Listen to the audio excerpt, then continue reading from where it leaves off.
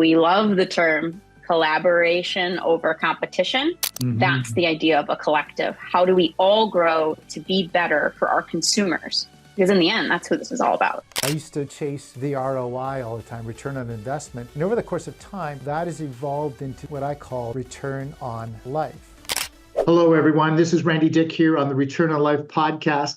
And I've got an amazing guest. But let's just remind everybody about return on life. It's not always about the ROI, but about the ROL in life and what we get out of life. So today's guest is an amazing agent out of Wisconsin, Alex Derenne. And Alex has many achievements in life, but one of the greatest achievements is that she is one of the 30 under 30 with NAR. What an accomplishment that is.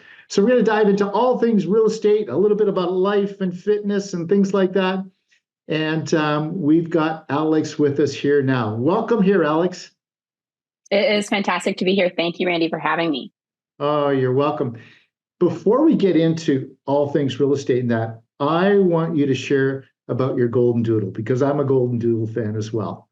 What is your golden doodle's name? Let's get that off right off the beginning here. My golden doodle is named Archie. Cutest backstory of why we named him that. The day we were picking out dog names, the royal baby was born, who's Archibald. And I said, it's our royal baby. He should have a royal name. So that is where Archie came from. That is great. That is great.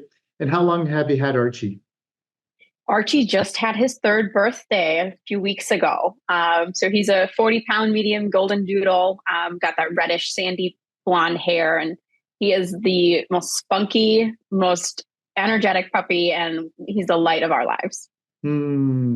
That's great. That to me is return on life, when you get joy out of your puppy and just really have fun outdoors with your dog. So that's return on life.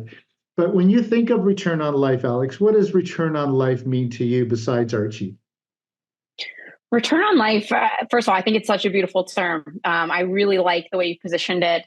It is important. ROI is important, but return on life to me is what it's all about. So return on life comes in a lot of ways. You know, how are we returning joy to ourselves with all the hard work that we do, whether that's from relaxation and the comforts of life or, you know, monetarily, but also how are we giving back to others to promote joy within our communities and better those around us? But in the end, I think we can all agree it really boils down to our family and our home, our number one security. And if we are happy in the home, we're typically spreading joy out in the world. So true. What happens in our homes is really what happens outside as well. I've got a good friend that was a performance coach for the Miami Heat, and his job was get their home life organized, because when their home life was organized as a player, their court time was amazing. So true there. Now, you've done a lot of things in your short life already, and to be named 30 under 30, tell us what got you from, you know, going through high school, university, and then transitioning into real estate. Share a little bit about that with our viewers. Yes. So, excuse me, just a quick throat clear. I've had an interesting career path. I self-coined, and you'll see me quoted in the Milwaukee Business Journal, I self-coined the term COVID realtor. So I went to Hartford Union High School, just outside of the Milwaukee area, about 40 minutes outside. Graduated, went to UW La Crosse with a professional communications degree. I knew I was going into hospitality. I didn't know what avenue, but I ended up in sales at the Harley-Davidson Museum, which is in Milwaukee. It's the one and only in the world. I started at 22 as a sales manager. It was the most incredible opportunity of my entire life.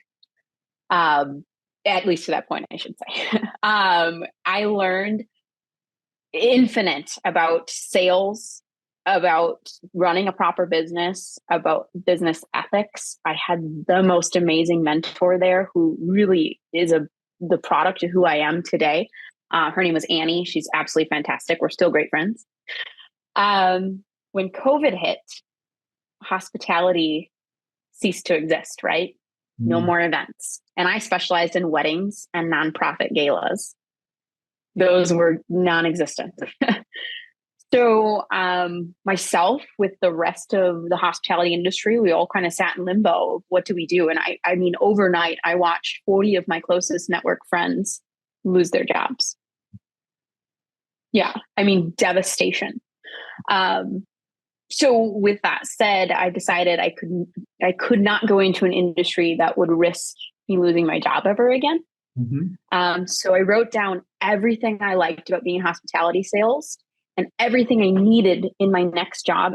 And to me, realtor was written on that paper, at least my understanding of it at the time. You know, we don't know what we're getting into till we become a realtor. Yeah. So I interviewed my parents' next door neighbor. Her name is Cheryl Marquardt. She's a very successful realtor in the area.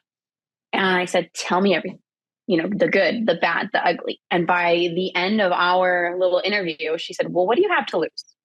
Take the licensing class. The worst case scenario, you learn something. Best case scenario, you make a career out of this. And I am so fortunate to say best case scenario, it was the outcome. Wow, that's a great journey.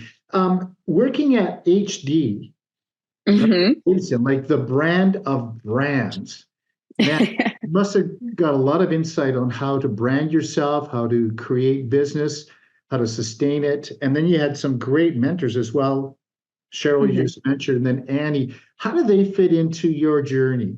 How did HD, Annie, and Cheryl fit into your journey? Yeah. So the beautiful thing about working at the Harley-Davidson Museum, I was technically an employee of Levy Restaurants, who is a contractor through the Harley-Davidson Museum. They are their food and beverage supplier. So I had a back seat or a front seat window, whatever the term is, to two different companies. You know, I've got a manufacturing company and I've got a hospitality company who are both ultra successful. So I got to see two different machines and how they operate. So that was beautiful. Now with Annie in particular, Annie grabbed me at 22. And the reason she hired me to be a sales manager, and I will never forget this quote, she looked me in the eyes and said, you can't teach passion. I can teach you everything else, but I can't teach you passion, and you have passion. So from day one, you know, she saw in me that I care about people. I care about every step and making sure I'm the flagship during the storm and making sure that they feel educated, supported, cared for. She was like, I'll teach you the business. And that's what she did. She taught me a lot about sales. I remember she taught me how to send a fax because I didn't know how to send a fax. So she really took me under her wing and showed me absolutely everything and just molded me into a businesswoman with integrity, which I'm so thankful for. Wow. You know, the power of proximity is such an important thing for all of us that have, succeeded through life. We find these people that just give us some vibe, some energy, some mojo, whatever it is, and they become change agents for us. But the beautiful thing is, then often we can then be the next change agent for somebody else because of what somebody's given us. It's almost like paying it forward.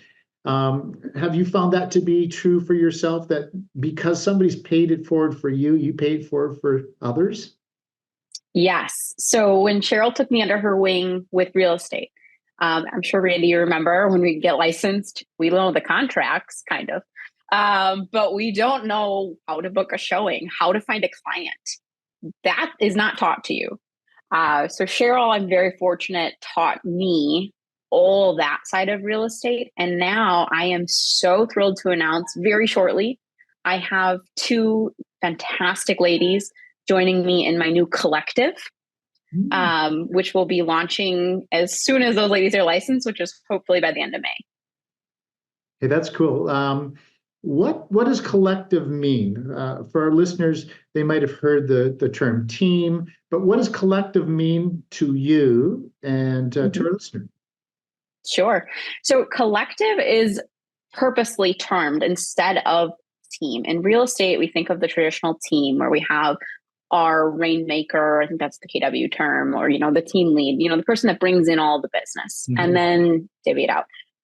I don't want to perpetuate that. I think it's a little bit of an antiquated structure, and it's going to work for some people, and that's fantastic. But I want to build an army of Alex Derennes who are all individual go-getters and strive to be better every day. So I want to give everyone that platform to do that. So to me, a collective is individual business owners that run together. We swap marketing ideas. We maybe co-brand or co-chip in on a big event. We share our knowledge, our passions, and we work together to educate each other to grow and be better. I'm sure you've heard with EXP that we love the term collaboration over competition. That's the idea of a collective. How do we all grow to be better for our consumers? Because in the end, that's who this is all about. Absolutely. We're all better together. I do what's called Realtor Collective in and around the marketplace that I work in, where I just bring great agents from all different brokerages, put them on stage and let them share how they're doing business. So I totally get this collective idea, and I love it. I just absolutely love it. Let's maybe journey into a little bit about your day, because you're crushing it out there, 30 under 30. I'm sure there's a lot of new agents listening to this podcast wondering, okay, how in the world does Alex do what she does? So say a little bit about your day. What does that look like? Sure. I am not going to give the typical answer, and I think, Randy, you're going to agree with me. First of all, I say to everyone, master your craft, because what works for me may not work for you. And I know what works for most people doesn't work for me. So figure out who you are and what system works for you. And that may take some trial and error, but you will find the system. So for me, I am a very fly by the seat of my pants. I use sticky notes. I like to live in the chaos. I master the chaos. But when I structure, I fail. If I time block, I'm going to cold call these hours. I don't do it. I find an excuse. But if I don't have a time block, then I'll jump into an activity and I really just dive in. Now I still use calendar for all my meetings because otherwise I'd miss them. But any business generation, any note taking, it's all pen and paper, and it's all as the creativity flows, because that's when my energy levels are the highest. And you need a lot of energy in this business to be able to get that appointment set. If you come in with a monotone and maybe like dull personality, to me, I usually get the most hangups. So I really want to make sure that I am fully here. And sometimes that has to be in the moment. There's absolutely no substitute for enthusiasm and energy. Enthusiasm, you will get more business than anything that you can work on and plan for. But let's talk a little bit about the way that you flow your day. Is that something that you just started with, or did you start with structure and you go, this isn't working? Like, for many of our listeners, they're probably struggling right now. Some markets are really, really challenging right now. And so is this something that you just learned through the course of your first year, or was that something that you actually said, no, I'm going to do it this way? How did that fall into place for you? Yeah. So I always start my day by 8 a.m. I like to at least be showered, ready for the day, and I'm trying to get activities done. So I do have a light structure to it. And I've had the business coaches and I've had the mentors that say, you need to time block. So I've tried it. And again, I just found it wasn't helpful for me. Now, my personality, if you take one of those assessments, I am a driver. I am a dominant personality. I am high D all the way. So I'm going to get things done. And that's just who I am. So I do absolutely vouch for those personality tests. Take them and figure out who you are to help you master your craft. Because with my lack of time blocking and with my lack of implemented systems, that's where I strive the best, because I am driving to get my checklist done. It's just in what order that's going to vary from day to day. Yeah.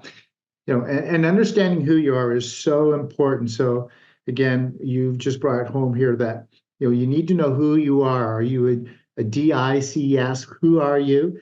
And then, of course, know your strengths, know your weaknesses, and then plan around those and work around those with other people. Now, do you have others that you work with? Do you have an assistant? Do you have other agents that you collaborate and work with that are kind of like in your circle? Or share a little bit about who you are as a realtor. Yeah. So when I started in real estate, I started on a unique team, kind of the collective mindset meshed with the traditional team structure. I performed on that team for about 2 years and then decided I like to, and this is a term people in my market have heard me say before, I view myself as a jet ski, not a cruise ship. I need to move quick, agile turns, make fast decisions, where cruise ships are teams who need to make decisions together and guide to their next destination, if you will. So with this jet ski mentality, right? I actually have a ship's wheel behind me. It's a little blurred out. So we'll stick on the nautical terms. Jet skis can be off on their own. They can go places others can't go, right? So with that said, it's also fun to go out with a group of jet skis and go hit the waves. So I do have plenty of agents who I'm so thankful that I can network with, rely on, lean on, because examples, right? We want to go on vacation. We need someone to cover our business. I had surgery. I had to have people help me get to showings. I wasn't allowed to drive. And just bounce ideas, because real estate can be as lonely as you make it. But that network out there is the thing that keeps us sane. It helps us grow, challenges us, supports us. If your spouse isn't in the industry, they have no idea what you're talking about. So you need to have a network in the industry to talk to. Yeah, so true. And this comes up often. Real estate is a lonely, lonely business. And so you need to find your tribe that you can run with, that you can jet ski with. And yes, jet skiing with 5 or 6 is way more fun than just yourself. So I totally agree with your analogy. I love that. That's fantastic. Well, let's dive into a little bit of mindset. And let's talk a little bit about some of your numbers. So you shared with me your numbers earlier on. Year 1, which was a short year, like about 6, 7 months in the business, sold 3 homes. And then every year after that, you've been 25 or more sales. What was the mindset? What was the mindset, maybe your why of how that you took from your first year and then, like made incredible leaps and bounds in your production in years 2, 3, 4? Yeah. Again, going back to that DISC assessment, I am a high D. I am a driver. I'm a doer. So my confidence level is very high that I'm going to get it done, and I'm going to get it done well. And I wouldn't say that's always easy for everybody, because I can appreciate that. Something I didn't share with you, we touched earlier before we hopped on, that I'm really into the fitness atmosphere. And a big part of that is because I used to weigh 175 pounds and I'm only 5 feet tall. I was a big gal. So I didn't always have the most confidence. So going through that weight loss journey and realizing I can do the hardest thing, I can lose 50 pounds. That was very mentally grueling. And if you can do that, even if you lose 5, 10 pounds, that's a tough commitment. So the moment I did that, my entire confidence has changed in life. I know I'm capable of anything. I might not understand it from the first minute I try. I might fail a few times. I might have to take some advice from people. I might have to take some courses and educate, but I know I will master it if I stick to it. The smartest people in the room aren't always the most successful. It's the ones that never give up that are the most successful. Hey, thanks for sharing that. I think fitness and health and how we view ourselves and perceive ourselves and take care of ourselves is so, so important. And it's almost like you need to love yourself before you can love anybody else or work, really passionately and empathetic for anybody else. Would you agree on that? Absolutely. Especially in real estate. If you don't love yourself, love who you are, and you're not confident in your services, can you expect a client to be? There you are the number one advocate for them. So you need to be the number one advocate for yourself. I love that. Really love that. What do you think is your greatest gift? Oh, I am somebody, I don't know how, but I am someone that everyone feels comfortable opening up to. And I really enjoy that. I just the other day I was at the grocery store and the cashier started telling me a very personal story without being prompted. I I just have either the face or the caring charisma that people feel that they can trust me. And I'm so fortunate that I have that level of trust with so many that they view me as a confidant, a resource. It's a very honored position to have in a lot of people's lives. You touched on something very, very important there, and every listener needs to understand this. Trust is the biggest, most important gift. I'm going to call it a superpower. When we can have people that feel trusted around us, that is an absolute superpower, because every decision, every relationship, every person that we meet, there's a trust meter going off all the time in ourselves, in decision making. How much do I trust myself in this decision? Or I meet somebody, how much are they trusting me right now? And so trust is so important. And you do have a really warm, approach. And I could see why people would just really want to open up to you, because it's that trust piece. Love it. Really love it. So let's flip it right to the other side. What is Alex's biggest curse? Alex's biggest curse. Technology. It's just not there for me. There are so many agents that are doing impressive things with technology.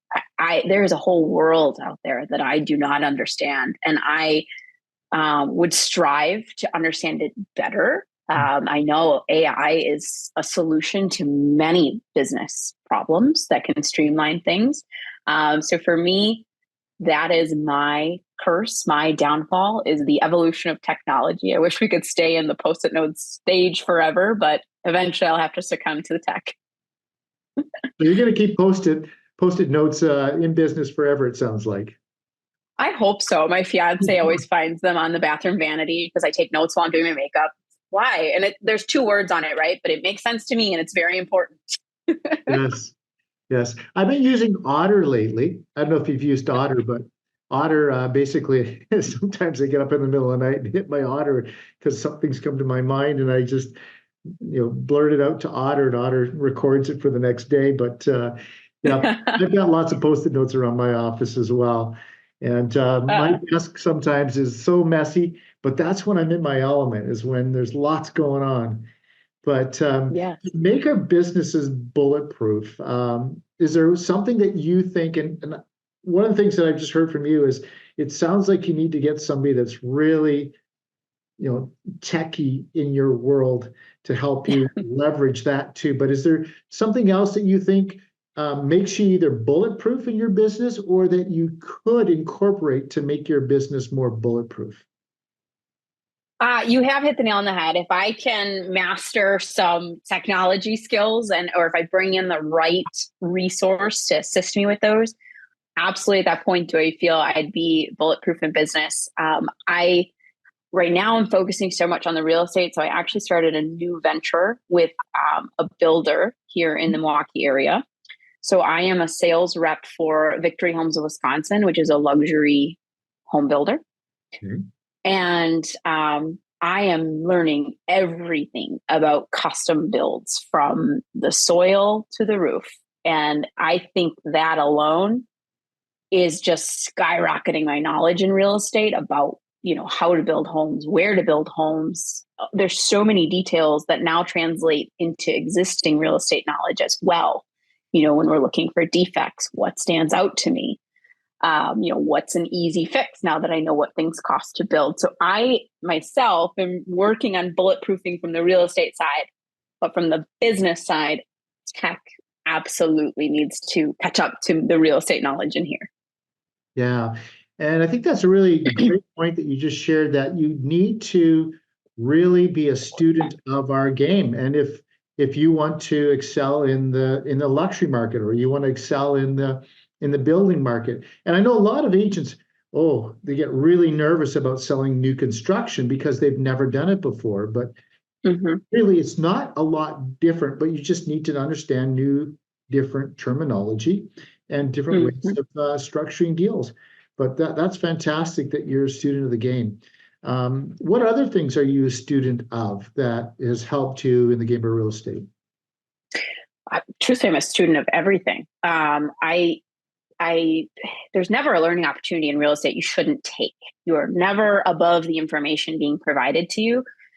So I always, every home inspection, I'm up in the attic with the home inspector. Show me, what do I need to know? Start there for new agents. If you haven't gone on a home inspection, ask an agent to go on one. You're going to learn so much right there. That was one of the first things I did, was go on as many home inspections as I could. Yeah. And I find a lot of agents don't even show up for the inspections, which I think is just incredible disservice, not only to your clients, but to yourself, because in that moment, I'm going to learn something about the property. And always I'm there at the debrief of the inspection, because what I hear is meant not necessarily what the buyer is hearing. Yes. The buyer's running off in their mind with another thought because they heard one word that triggered them.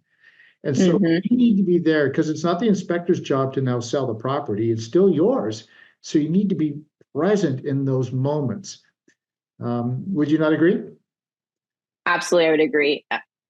You hit the nail on the head. I mean, there's that trigger word, right? They start seeing dollar signs. Oh no. And the infamous, the dad shows up and the dad takes us down a rabbit hole.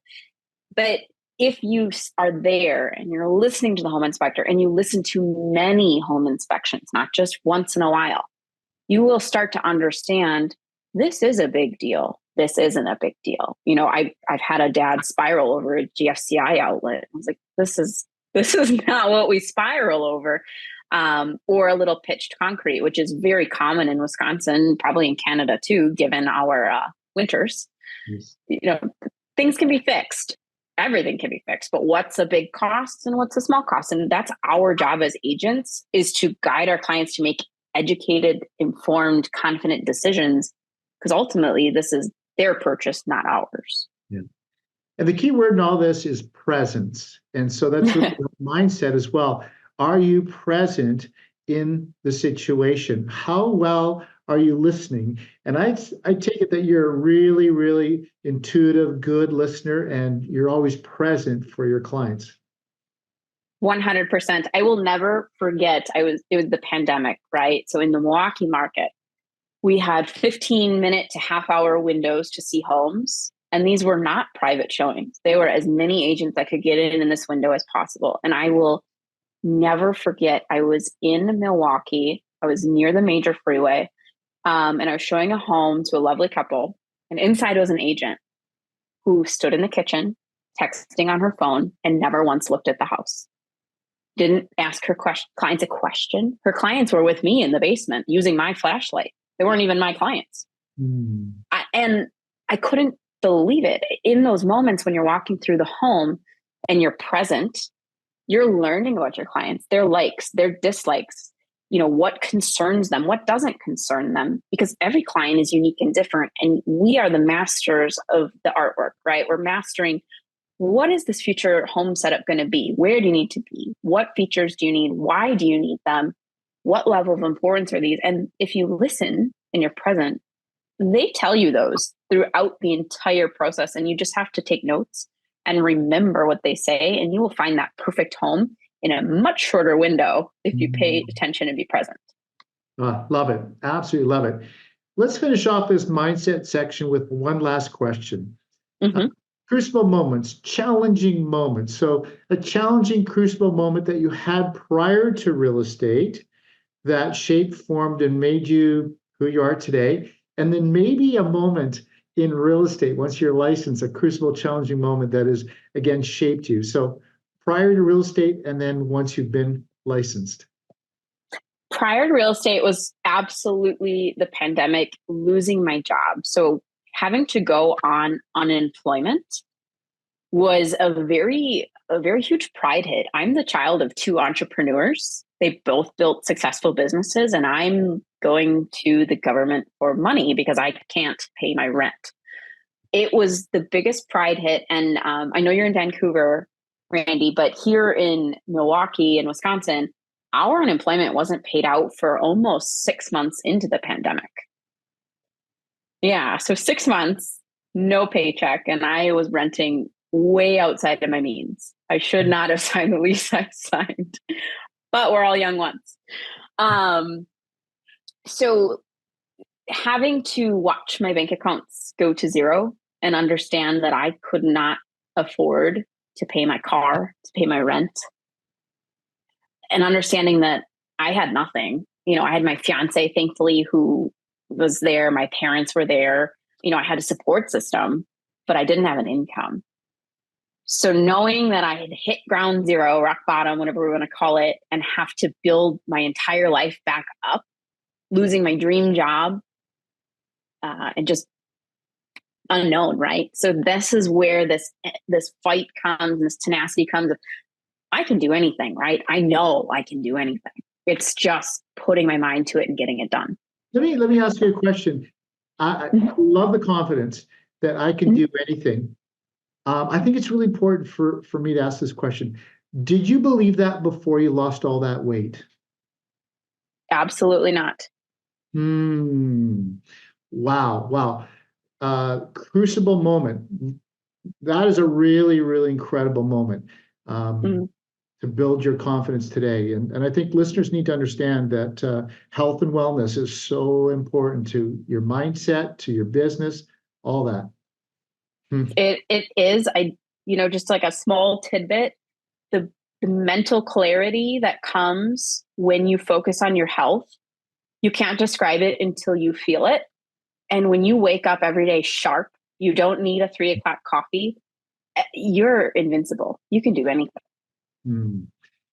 I want to just keep there a little bit, stay there a little bit. So you work out how many days a week? Well, I'm recovering from surgery. So unfortunately, I worked out a little too hard and had to get some things fixed. But typically it was 6 or 7 days a week before. And what time of day would you do that? 6 a.m. every day. There it is. Folks, the early risers, get to the gym, be fit. And it's not about how you look, it's how you feel. It really is. It really is. Yeah. The look is a bonus, right? Losing the weight and, gaining the physical confidence bonus, but the mental, I cannot put a value on that. I mean, well, my business dollars could, but I really can't put a value on the mental that comes from taking care of yourself. Wow. Thanks for sharing that, Alex. That was, I think, really, really important for our listeners to hear. Well, we're going to move on. We're going to move on to a little bit of production. We're going to move on to maybe walking into some of the things that you do in real estate as far as having success. And you are actually, by design, adjusting your price point. I think your average price point is around $330,000, $335,000 in your marketplace, but your average is considerably higher. It's in that 450 range, I believe. Correct. And Correct. You're saying that is by design, that you've chosen to move up into the luxury market. Tell us why. Tell our listeners why you've done that and how you've done it by design. Absolutely. So, and Randy, this actually comes from something I saw on your Instagram. You gave a presentation that you said, and forgive me if I butcher the exacts, but it was define your perfect customer. Who is that ideal client? Because you are going to eventually attract them. So I have done just that. And my ideal customer is somebody very similar to me or who I plan to be in life. I want to run with people who I understand, who have similar interests, hobbies, backgrounds, financial goals, business goals. and not only just from a personal standpoint of those are the friends, I like people that better me and push me further, but those are the clients I want to have as well. I want to have clients who are serious decision makers. We've all had a looky-loo or two, and those are frustrating. They take a lot of energy. They take a lot of time. And when you have somebody who knows what they want and can define it for you and is in the financial position to secure it, your business grows faster, in my opinion, because you can turn more volume. And then you attract similar clients because that client has 10 friends just like them. And it snowballs from there. So to kind of put that in one sentence, as you put it in your presentation, define that ideal client and you will attract them. The power, the law of vibration and attraction is alive and well and so powerful. And I love that you shared that plan to be. Like, I may not be that person today, and I'm not saying you, Alex, but our listeners, you may not be that person, but who do you plan to be and who do you plan to work with when it comes to whatever it is in life? Can be real estate, can be sales, can be even your partner in life. And I know that you're engaged and I think to be married in June. I'm sure you played that out a little bit like that as well. Who do I want to marry? Who's the perfect husband to be? Correct? Correct. And I mentioned I'm a very driver mentality. And the first time I met my fiance, one of the first sentences out of my mouth to him was like, "I think you can be better." No, granted, we were playing beer pong, but I'm very competitive and aggressive in the sense that I want everyone to just level up all the time. So it was very important for me when I knew I found my partner was somebody in their own world who wanted to be better in family, be better, be more present in business, be better, make more money, be more present. He's the most fantastic dog dad and I'm sure future dad. So it's very important to me that I'm always with people that push me to that next level. So happy to be marrying one. Awesome. Oh, that's wonderful. Good to hear. Talk a little bit about the market. The markets are always shifting and we have to navigate the shift. You shared earlier that the market is going bonkers again. You've got multiple offers, 10, 15 offers on a property and multiple offers. So navigating the shift, and I don't know if you felt that there's a shift after the cycle of what COVID brought us. Did it drop off and now it's picking up again, or what's the shift happening in your marketplace? We did have a drop off, and it is back to kind of the COVID crazy, not quite the height that we had, but anybody who secured a home about October 2023 through February 2024, you're probably really happy with the deal you were able to secure. But as we all know in real estate, everybody likes to wait for spring market. That's when the most listings come out because the school year is ending. And that's when everybody's thinking about where am I going to be for next school year? Where do I want to be before the summer? XYZ. And I appreciate that. In reality, I tell my clients, you can't time the market. You have to time your life. So to succeed in this crazy market, when you are up against 10, 15, 20 offers, I just wrote an offer on a house last month. We were up against 21 other offers. It was on the market 36 hours before it was gone. You have to be prepared. The buyer consultation is such an important process. I'm sure, you at length go over this with your clients. I take a minimum of a half hour up to 3 hours if that's what they need.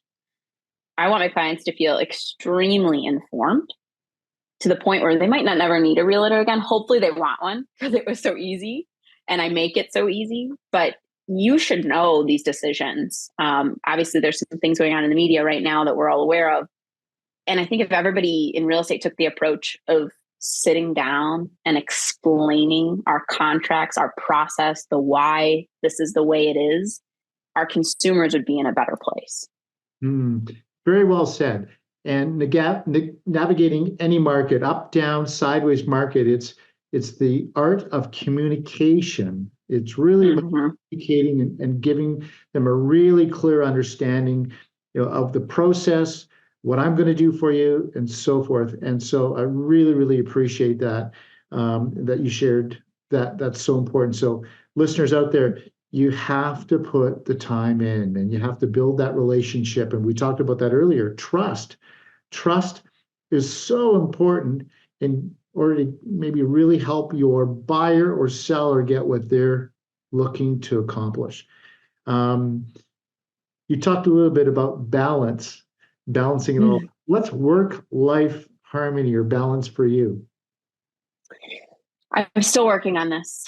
So it's always a work in progress. Yeah, it always will be. And I think anybody, who has the compassion I do for clients, if you text me at 9:00 p.m. with a question and I'm awake, I am answering you because I would want that same level of service. So again, when you work to attract the clientele that you're looking for, you give the service you'd want.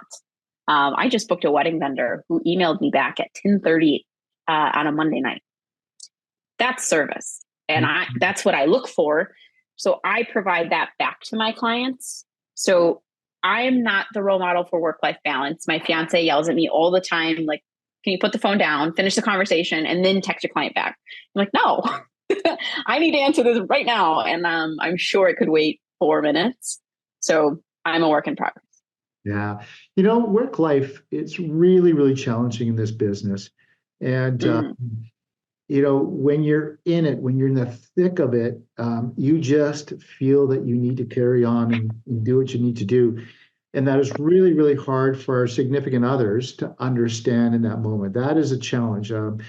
Gosh, I've been over 3 decades in this business, and that is always a challenge, is how to make it all work and then also understand how it's working for our significant others as well. That's a real challenge. And anybody that's in real estate probably can relate to this. That it's always a challenge to keep everybody happy and balanced. Yes, the first person to write the step-by-step guide will be a millionaire in the real estate world. Relationships and real estate. How do we balance? Yes. I just finished reading a great book called Shift by Gino Wickman. And if there's any listeners here that recognize the name Floyd Wickman from way, way back, a trainer in real estate, this is his son, wrote a fantastic book on this. And he talks about the 100%. And what he meant by the 100% is that we evaluate our weeks and understand where we are 100% when we're really firing and flowing on all things, and be able to float through it, and then really focus in on those, and that will bring a better work-life balance. But just a fantastic read called Shine. Really encourage our listeners and yourself to read that book, Shine by Gino Wickman. We've talked a little bit about technology, client relationships. We'll skip technology and go straight to client relationships.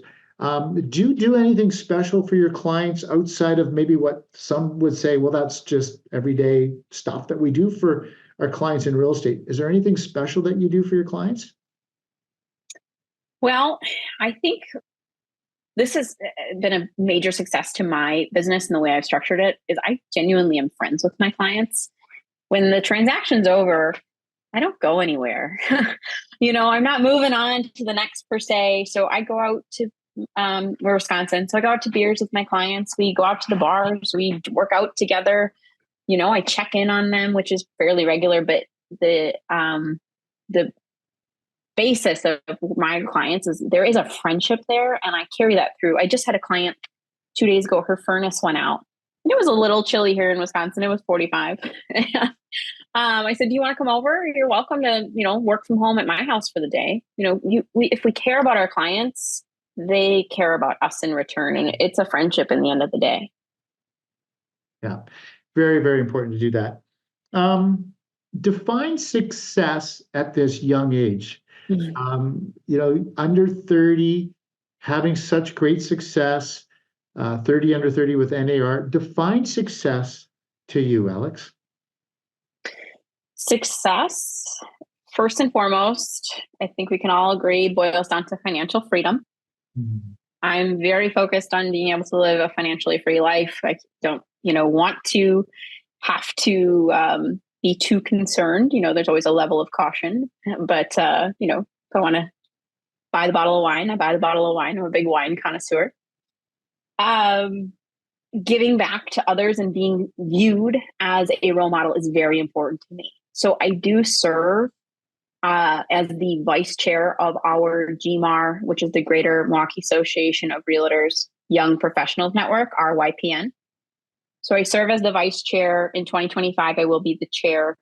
We throw 10 educational events per year that are free to realtors, and then one large fundraiser where we raise money for a local nonprofit. That in itself is almost a full-time job with the hour commitment. And it means the world to me to be able to give back to the Young Professionals Network and help them grow their business. So being seen as a leader and a mentor in this industry is a huge milestone of success, in my opinion, especially, only being 4 years into the business. Mm-hmm. Oh, I love that. Love that. Giving back. If we give everybody what they're looking for or help them get what they want, generally we get everything we want as well.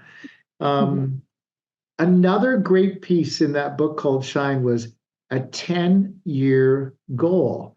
And it kind of shook me a little bit because I always had short-term goals, 1 month, 1 year, 3 years, 5 years, but I'd never really planned for 10 years. What does 10 years look like? 10 years out look like for you, Alex, in business, in life? Have you thought about that? And I think our listeners would love to hear about that. Mm-hmm. I have to an extent. So I'll start with personal because that's a little easier. 10 years from now, hopefully I'll have an emerging family of some kind. I'll also have hopefully broken ground on building my dream home with my then husband. We certainly have plans already, but they are probably 10 years out because our dreams are a little bigger than our budget at the moment. So really, general happiness is always something I'm going to throw in there as well, just striving. In terms of business, so I'm launching this collective, again, very shortly. It should be sometime in May. I'd like to see it grow. I really want to be seen as a leader in the real estate community at some point, probably heading into the motivational speaking realm, as well as mentoring and training new agents, I'm working on that now, but that will stay in the 10-year plan. It really fills my cup to give back to those with the knowledge I have gained. So I'm absolutely going to find a way to fit that into my plan. Love that. Big thinking. I love it, love it, love it, love it, love it. Well, that's great. Let's move into a little bit about vision, leadership, and then we'll finish off with a bit of a speed round. And I'm excited to see or hear what's on your vision board by what you've been sharing with me so far. Do you have a vision board, and what's on it if you do? It's a mental vision board because I do not have an arts and crafts type brain. But I mentioned building the dream home. That is certainly on the vision board. I do want to jump into the Airbnb space. I would love to do something in Door County. That's where my family has property. I'd love to expand and have my own there. I'd also love to do something oceanfront. So Airbnb space is absolutely in my vision board. More dogs, more golden doodles, if my fiance would agree. I'm pushing him very hard on that.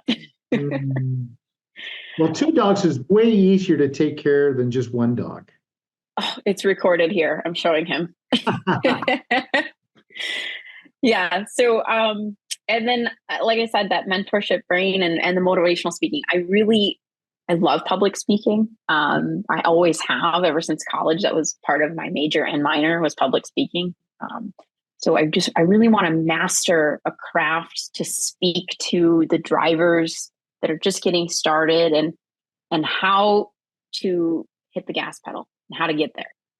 Public speaking, for many, that is one of the ultimate, never, never, never, never, ever do it. The scariest thing. Yet here you're gravitating to it at a very young age. I love it. Yeah. It's certainly, I leave every time I go to a seminar, I leave on cloud 11. There's great nuggets, even if it's not industry specific.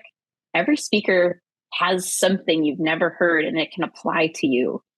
I just recently heard Tim Reisterer. He is a marketing advocate, and he does companies like Nike and Starbucks. I actually have his book over here on my credenza. And Tim, gave this interesting comment, and he said, if you want to make a sale, it's not as realtors selling why you need to work with you. You're not the best realtor in the world. There's plenty of us that are all great, but it's convincing the client that they need to make the move because the ground under them is a little shaky. And if you can cause a little bit of fear, fear might not be the perfect term here, but a little bit of instability, I should say.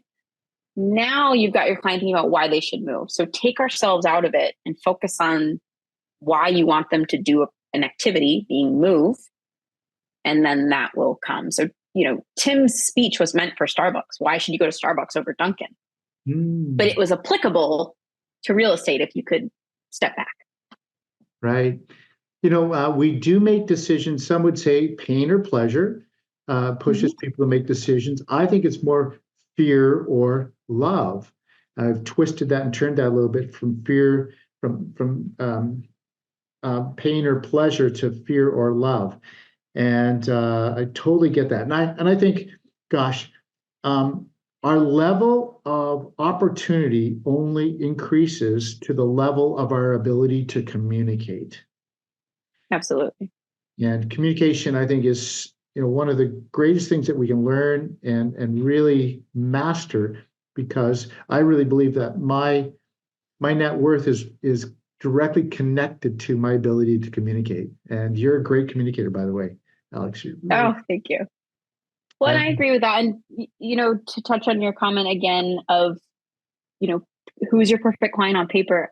How do you want to communicate with that perfect client? There is a client for every realtor, and you and your communication style will help dictate who that client is.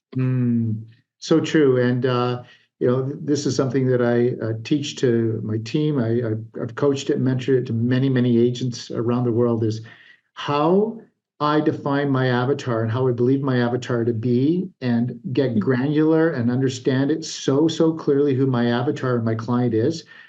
They are yelling my name. They're screaming Alex. They're screaming Randy. Where is Alex? Where is Randy? Where is Sam, or whoever it is? Because you have now put to the universe that this is the perfect avatar that you're looking for. This is the person you want to help and serve and help them in real estate or in life, or that you want to marry them. That's what we do. And so it's just so important to be able to communicate that to yourself first, and then to the world. Yeah. Yes, agreed. And that is something as a new agent, I think more agents need to hear. We just go for any business to get started. But eventually you need to make that mental shift of who's the right business. And I will never forget when I fired my first client and I just realized we were not the right fit.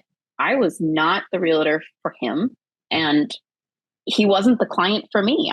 He asked me to do things that were not legal, and that was not in my wheelhouse. So we parted ways. So you have to at some point put down who is that avatar and say no if they're not going to fit your avatar mold.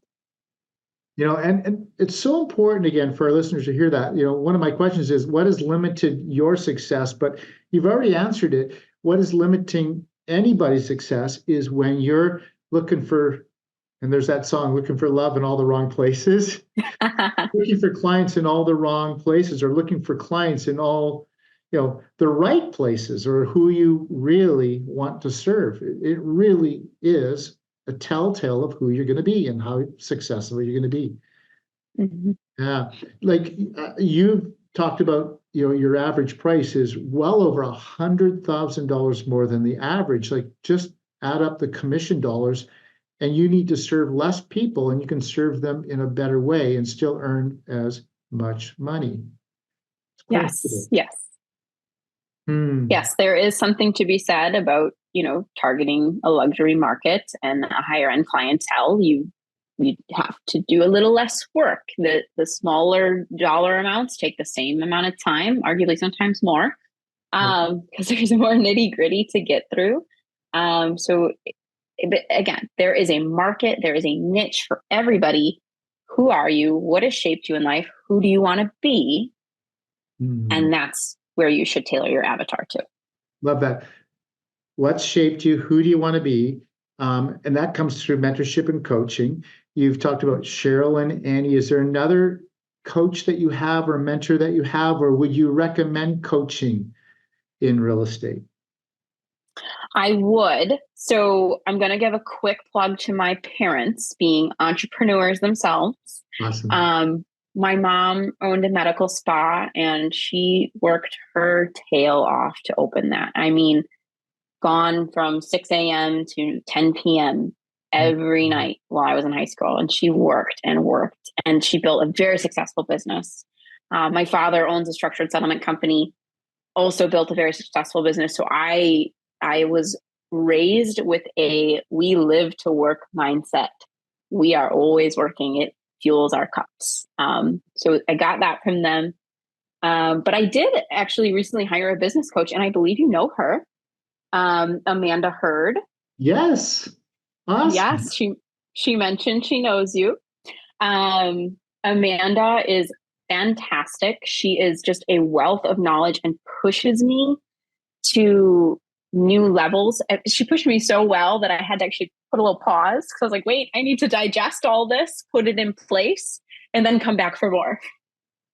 So it's very important to have someone coaching you. Fitness, business, for some people, mental, spiritual. There's coaches in every single aspect of life. And it's important that we're always pushing to be better, as I said to my fiance the first time I met him. Yes. I love that. I love it. Thanks for sharing that. And so I guess you were built for this because you had two great examples with your parents showing you how to do business. That's awesome. Okay, let's dive into the speed round here. We'll finish up with the speed round. You ready? I'm ready. Bring it. Awesome. So fine dining, takeout, home cooked meal, or Uber Eats? Oh, you're starting out with the hardest one. I'm going to go home cooked meal because my fiance is the best chef ever. He's a great, great cook. Awesome. And then you've got a nice bottle of wine to go with that too, because I know you enjoy your wine. Yes. What do you do to let your hair down? What do you do? Just, I got nothing going on today, or just having a me day. What do you do? You will find me at the gym, in the nail salon. Yeah. Or I'll just be honestly hanging around the house with Dan. Dan is my fiance. He's just the coolest, and we just enjoy just spending time together. So no crazy stories, but in the summer in Wisconsin, we'll definitely be on the boat as much as we can. Right on. Being that you're in Harley Davidson country, do you have a bike? Do you ride? I have my motorcycle license. I have never ridden since the day I got it. Okay. I'd love to. I just don't have the bike. Yeah, that's great. Do you have a favorite band or a favorite song? Kenny Chesney is my favorite artist. He's actually playing in Milwaukee on our wedding day, and we almost moved our wedding. But his song, Anything But Mine, is my absolute favorite. Yeah, it's a great song. Do you prefer text, phone, email, or in person? Ooh, it depends on the situation. I'm a versatile gal, but I probably text if I had to pick one. Okay. Text is always the winner. Everybody loves text. And that's why we get such a great response back, texting, open rate is like done. Mm-hmm. Audible or book? Book. I cannot focus on an Audible. I'm going to look at what's around me and get distracted. I love Audible too, but sometimes I listen to a book and it's so good that I need to buy it because I need to dive deeper. So I did that actually with Shine. I had the Audible and I got to buy this book, so I bought the book as well. Last question. Let's finish it off with this. If you were a scratch and sniff sticker, if you're a scratch and sniff sticker, and I came up and I scratched your shoulder, what would I smell? What would be the aroma, the odor, the fragrance? What would it be? I'm gonna go with cinnamon. Cinnamon. It's comforting and warm, but a little spicy. Ah, love it, love it. Alex, you've been phenomenal. I know our listeners are going to get so much from your great podcast here. 30 under 30 with NAR. What a feat that is. I'm just been blessed to have you on the podcast. So thank you for joining me. Thank you so much for having me. It's been an absolute pleasure. Thank you, Alex. Take care.